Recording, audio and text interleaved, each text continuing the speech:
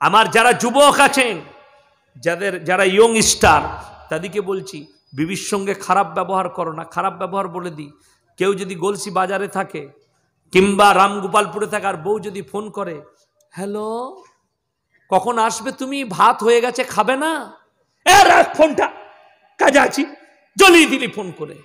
ওরে বাবারে পাওয়ার, বিবি এত ভালোবেসে ফোন করেছে, বিবিকে পাওয়ার। আর যদি দীপালি ফোন করে, হ্যালো হ্যাঁ কি করছো তুমি, আই লাভ ইউ, বুঝতে পারেন নাই? প্রেমিক গোলসিতে হারাম কর ফোন শুরু করেছে, আম বলো তুই কথা শেষ হয় না, বিরক্ত নাই। কিন্তু বউ যদি ভালোবেসে বলে যে এসো গো ভাত খাবে না, তো তাকে 3টে কথা শোনাবে। এটা কিয়ামতের আলামত। মানুষ পরকীয়ায় জড়িত হবে, পরকীয়াকে হালাল মনে করবে।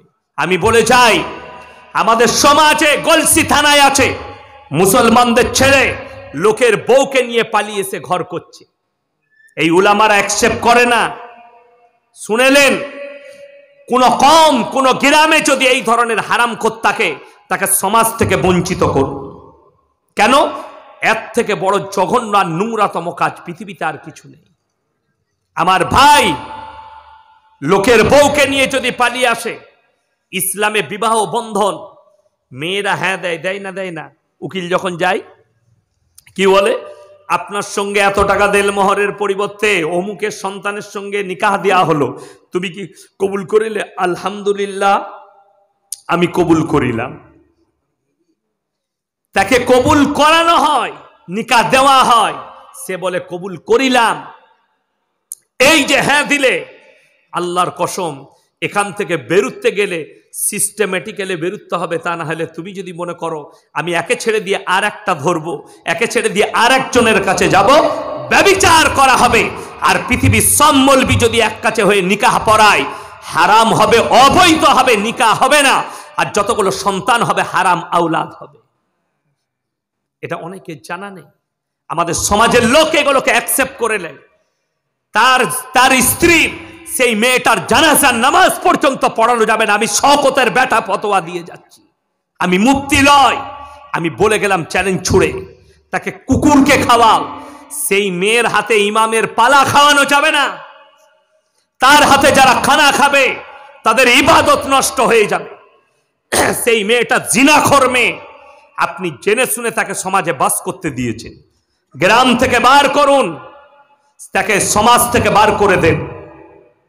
কেউ যদি বাপের বেটাই পাপ করে থাকো, আর যদি মনে করো ইয়াসিন সাহেবের নামে কেস করব, আমি রেডি আছি, আমার নামে কেস করো। তোমার থানার বাবুরা পর্যন্ত আমাকে সামাল দিতে পারবে না। কেন? এই সমাজটা, ইসলাম শুধু ভারতের সংবিধানে নয়, পার্সোনাল ল বোর্ড ইসলামের রীতিনীতি মেনে চলবে। এটাই হচ্ছে ভারতের সংবিধান। তোমার জানা নেই? আজকে আমাদের সমাজের লোক শুনেলেন এই পাপ কেন বেড়ে গেল। এই পাপকে নিভাতে গেলে আপনি ইসলামী কৃষ্টি কালচারে আসুন, দিনের সঙ্গে জুড়ে যান। সবাই জুড়বেন, জোরে বলুন ইনশাল্লাহ। আজকে আপনারা বলুন তো, কোনো ছেলে মেয়ে ধরা পড়লে তার বিচার কোথায় হয়? মসজিদে তো কথা বলে না, ইমামের কাছে না, ক্লাবে? ক্লাবে হয়, পার্টি অফিসে হয়। আমি সেদিনে বলেছি কি বিচার হয়? জরিমানা দিয়ে দে, বেঁচে যাবি। কেউ জিনা করেছে, মেয়ের সঙ্গে ধরা পড়েছে, জরিমানা করে দেয় 3 লাখ টাকা জরিমানা, ঠিক কি না? উলামারা বসে আছে, জিজ্ঞেস করুন। ইসলামে জরিমানাটাই হারাম। ইসলামে জরিমানা হারাম। যারা জরিমানার টাকা খাবে তারা হারাম খেয়েছো, তা না হলে ফেরত দাও। ওই টাকাটা যদি বলেন ইসলামে কি আছে, আপনারা এখানে হাজি সাহেব কেউ নেই আমাদের আমবলতে? আছে না? কই হাজি সাহেব কই? মারা গেছে সব। নতুন করে কেউ যাও, কই আমার ডিরালওয়ালা ভাই কই? তাকে হজে যেতে হবে। হ্যাঁ, হজ ফরজ হয়ে গেছে, তাকে আমি ঠেলে গুঞ্জু পাঠাবো হজে, রিহাই নাই। হজ ফরজ হয়ে গেলে হজ করতে হবে। আরে হজ করে আসুন, মজা পাবেন। কেন জানেন? কারি তৈয়ব সাহেব রহমতুল্লাহ আলাই লিখেছেন, কাবে পে পড়ি জব পহলি নজর, দুনিয়া क्या चीज है भूल गए।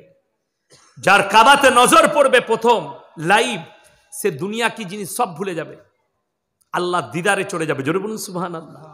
আমার ভাই, আমি যেটা বুঝাতে চাইছি, তার বিচার হয়। আরব কান্ট্রিতে, আরব আমিরাতে, আপনার মক্কা মদিনায় এমন একটা বিচার ব্যবস্থা আছে, সেখানকার বিচার করে, বিচারে ফয়সালা দেয় গ্র্যান্ড মুফতিরা, তারা ফয়সালা দেয় এই অন্যায় করেছে, তার বিচার কি হলো, প্রমাণ হলো এই লোকটা ও করেছে, তার জন্য শাস্তি কি আছে, কোরআন মোতাবেক শাস্তি দিয়ে দাও, তার জন্য কোনো রেহাই নেই। কেন? সমাজ যেন বেঁচে যায়, সমাজে যেন পরকীয়া বাঁচে, ধর্ষণ বাঁচে, কারাপশন বেঁচে যায়। আপনাকে কারাপশন বলে দিই কাকে বলে। আজকে সমাজ শুনেলেন, অনেকজন আমাদের দেশে চাকরিজীবী জামাই দেখে বিয়ে দিয়েছে না, গেইছে 1911 জনের, ইন্দুর মারা 20 নিয়ে রেডি হও, টাকার লোভে বিয়ে দিয়েছ, চাকরিজীবী জামাই চাই, আরো 618 জনের যাবে, চাকরিজীবী জামাই চাই। আমার ভাই, লোভ করো না, রুজির মালিক আল্লাহ। যেমন আমাদের সমাজে আপনারাই বলুন, যারা আমবলর যুবক আছেন, যারা ভাই আছেন, আপনাদের কাছ থেকে উত্তর পেয়ে যাব আমি, আপনারা নিজের মুখে দিবেন। এই ইমাম সাহেবরা, আমরা যদি দাড়ি চেঁচে আপনার মসজিদে ইমামতি করতে আসি, তার পেছনে নামাজ হবে? এ কথা বলেন না কেন? হবে না। তাকে ইমাম রাখবেন? রাখবেন না।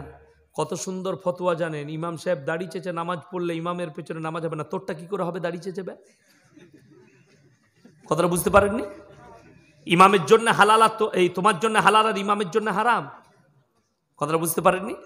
কোন মৌলবি এই ফতোয়া দিয়েছে, সেই মৌলবির জুতোর মালা পরবো আমি যদি সে বলে যে হ্যাঁ মুক্তাদি দাড়ি চেঁচে পড়বে, ইমাম দাড়ি রেখে পড়াবে। কোনো বাপের বেটা মৌলবি ফতোয়া দিতে পারবে না। কিন্তু তৈরি করেছেন আপনারা নিজেরা। 80% লোক দাড়ি চেঁচে দেয়, অনেক যুবক দাড়ি রাখে না। আমার নবীজি সাল্লাল্লাহু আলাইহি সাল্লাম বললেন, যারা লম্বা লম্বা সাদা সাদা দাড়ি নিয়ে কবরে আসে, আমার আল্লাহ তাদেরকে আযাব দিতে লজ্জা বোধ করেন। জোরে বলুন না সুবহানাল্লাহ। আপনি যদি লম্বা লম্বা দাড়ি রাখেন, আমার আল্লাহ আযাব দিতে লজ্জা বোধ করবে। আমাদের যুবকরা দাড়ি রাখতে লজ্জা বোধ করে কেন?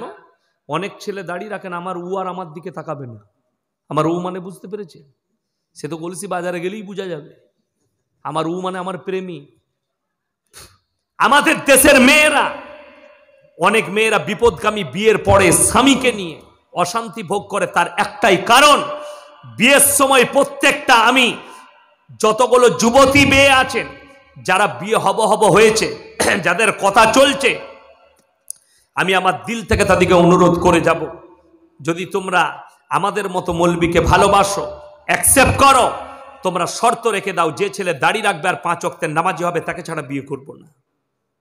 এই শর্ত রেখে দিলে তোমার জীবনে কোনোদিন দুঃখ আসবে না। অনেক আমাদের মায়েরা আছে, দাড়ি চাচা ছেলেকে বিয়ে করলে মেলা ঘুরাবে, বাজারে নিয়ে যাবে, বেপরতা ভাবে ঘুরবো। কি আজকে বড় কষ্ট লাগে কি জানে, মানুষ এটাই জানে না ফতোয়া কোথায় দিচ্ছি, কোন জায়গায় দিচ্ছি, কোথায় দিচ্ছি, আমরা রুখতে পারি না। দেখবেন স্টেজে ফতোয়া দেওয়া সহজ, আমল করা কঠিন। কঠিন কিনা? আজকে কচিকাচা বাচ্চাদের প্রোগ্রাম হলো, অনেক লোক আছেন, অনেক মানুষ আছেন যাদের মনে মনে হবে এই বাচ্চা মেয়েগুলোকে স্টেজে চাপিয়ে এগুলো হারাম হবে, এটা হারাম হয়ে গেল, তোর বউ বাজারে ঘুরে বেড়ায়, ওটা হালাল। কথাটা বলেন না? এই মেয়েটা বড় না তোর বউটা বড়? বিবিটা বড় না বাচ্চাটা বড়? মাসুম বাচ্চার জন্য তুমি ফতোয়া দিচ্ছ হারাম আর হালালে, আর গোটা সমাজে বিয়ে বাড়ি থেকে মরা ঘর থেকে বাজার, খালুরা ঘরে আর খালা আন্ডারপান কিনছে গলসি বাজারে। প্রমাণ দেবো আমি কেন বলছি শুনেন। আপনার ঘরের কাছে কেউ যদি গলসি বাজারের একটা দোকানি বলে দেয় ইয়াসিন সাহেবের মা আর বোন বউ একটা রুমাল কিনেছে গলসি বাজারে, তার জুতোর মালা পরবে। ওই জন্য আমি সাহস করে বলতে পারছি, ওই জন্য আমি বুক ফুলিয়ে বলছি, যেহেতু আমি আমল করি, আমার বিবি কোনো বিয়ে ঘরও অ্যাটেন্ড করে না, কোনো জায়গায় রুমাল কিনতেও যাই না, আমি যেটা এনে দিই সেটাই পরে। আর ঈদের সময় আমাদিকে লজ্জা লাগে দোকানে যেতে, একটা বইয়ের লেগে বিটির লেগে কাপড় কিনবো তো 15টা মা বসে আছে, ভাই নাই। একজন বলছে কই গো একটা আন্ডার প্যান্ট বার করো তো তোমার খালুর লেগে। খালু কোথাও বলে ঘরে, একটু মোটা পাড়া বার কর, মানে মালটা একটু মোটা পাড়া। খালুর আন্ডার প্যান্ট খালা কিনছে, কিয়ামতটা এসছে না আসেনি বুঝতে পাচ্ছেন? আর আপনি ফতোয়া দিচ্ছেন বাচ্চা মেয়ের জন্য, যে স্টেজে গজল পড়ছে একটা মাসুম, সে জান্নাতি, মরে গেলে সে জান্নাতি। মাসুম বাচ্চারা যারা আজকে পড়লো, এদিকে দেখে আপনারা শিক্ষালেন ইসলামে আপনার সমাজকে, আপনার ছেলে মেয়েদিকে এগিয়ে নিয়ে যাবেন। তার কারণ বলে দিই, আপনাদের জানা নেই 25শে ডিসেম্বর হাজার হাজার মুসলমান যুবক যুবতী তারা 25শে ডিসেম্বর পালন করছে। শুধু তাই নয়, ওই দিনে জিনা করেছে। 14ই ফেব্রুয়ারি বর্ধমান টাউন থেকে কলকাতা পর্যন্ত হাজার হাজার মুসলমান যুবক যুবতী নিজেদের ইজ্জতকে লুটিয়েছে, নিজেদের যৌবনকে নষ্ট করেছে। এই রকম ভাবে যদি দ্বীনি শিক্ষা থাকে, এই মেয়েরা কখনো বদ্দিন হবে না। জোরে বলুন সুবহানাল্লাহ। তোমার এই বাচ্চারা মক্তবে আসার কারণে, যাদের হাতে আজকে কোরআন তুলে দিলেন, যারা বুকেতে কোরআন নিয়ে গেল, দোয়া দিবেন আল্লাহ তুমি এই কোরআনের বাদাওলাতে এদের ইজ্জতের হিফাজত করো। জোরে বলুন আল্লাহুম্মা আমিন। আমি দোয়া দিয়ে যাচ্ছি, আম্বলের প্রত্যেকটা কচি কাঁচা প্রত্যেকটা মা বোনের ইজ্জতের আল্লাহ হিফাজত করুন।